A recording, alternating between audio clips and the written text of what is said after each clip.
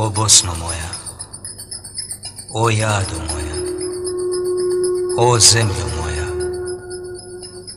o ti moj kameni i bjedni kršu s kozama, panjima, mršavim konjima, čija su leđa oglodali samari, čije su noge iskrivili sjenari kad su s planina kroz duboki snijeg vukli teret težak, sitnom blagu hranu.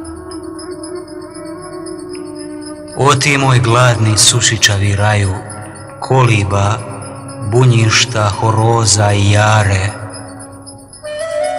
tebe ubijaju, hoće da te nema i stide se tebe, tebe, Bosno, majko. I nije šuma tvoj sjajni ogrtaš bilo prvo ruho božansko što vidjeh.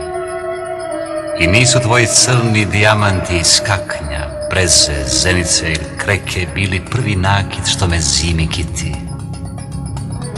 Volim te i plačem.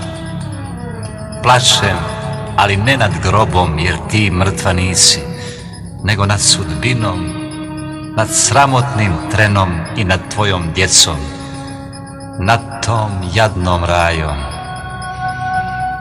Bosno moja, moje tugovanje, Bosno moja, tužno robovanje.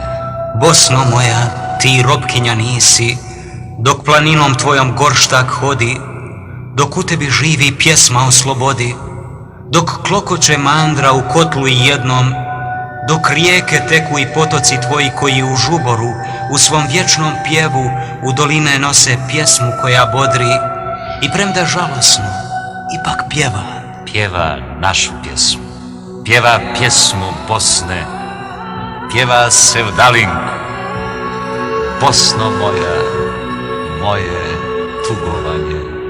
Bosno živa, Bosno vječno živa.